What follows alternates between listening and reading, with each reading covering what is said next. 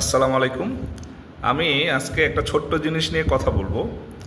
সেটা হচ্ছে বর্তমান চাকরির বাজারে সবাই একটা জিনিস নিয়ে কনফিউশনে থাকে যে চাকরির বাজারে যখন আমরা প্রবেশ করি বা ভাইবা দিতে যাই, তখন আমাদের একটা জিনিস নিয়ে আমরা খুব বেশি হীনমন্যতায় ভুগি এবং এটার জন্য আমাদের অনেকের কনফিডেন্স কমে যায়।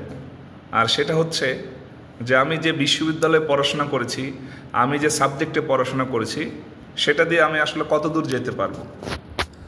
তো এই প্রসঙ্গে আমি জাস্ট একটা কথাই বলবো, বর্তমানে বাংলাদেশের চাকরির বাজারে 99% ক্ষেত্রে সাবজেক্ট এবং বিশ্ববিদ্যালয় তেমন ম্যাটার করে না, এবং সবচেয়ে বেশি ম্যাটার করে আপনি ফ্রিলি রিটেন এবং ভাইভাই কতটুকু ভালো করলেন।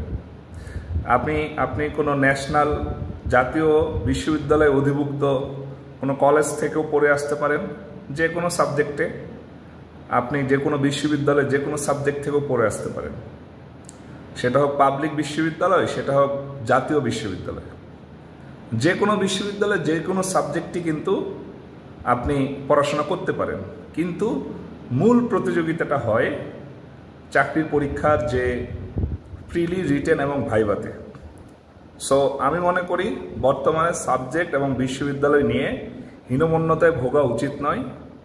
এই দুইটা জিনিস কখনোই ম্যাটার করে না, এবং অধিকাংশ চাকরি পরীক্ষায় দেখবেন যারা ফার্স্ট সেকেন্ড হয় তারা কিন্তু অধিকাংশ সময় পাবলিক বিশ্ববিদ্যালয় থেকে পড়ুয়া স্টুডেন্ট হয় না। এরকম অনেক উদাহরণ আমি আপনাকে দিতে পারবো। এবং একটা সার্কুলারে যদি 50 জনকে নিয়োগ দেওয়া হয়, সেখানে দেখা যাচ্ছে 20 থেকে 25 জন পাবলিক বিশ্ববিদ্যালয়ের বাইরে থেকে আসে, যারা কিনা জাতীয় বিশ্ববিদ্যালয় অধিভুক্ত বিভিন্ন কলেজ থেকে পড়াশোনা করেছে।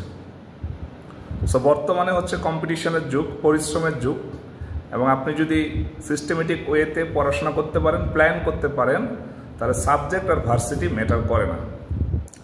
এই কারণে আমি মনে করি এই দুইটা জিনিস নিয়ে কখনোই আপনার হীনমন্যতায় ভোগা উচিত নয়।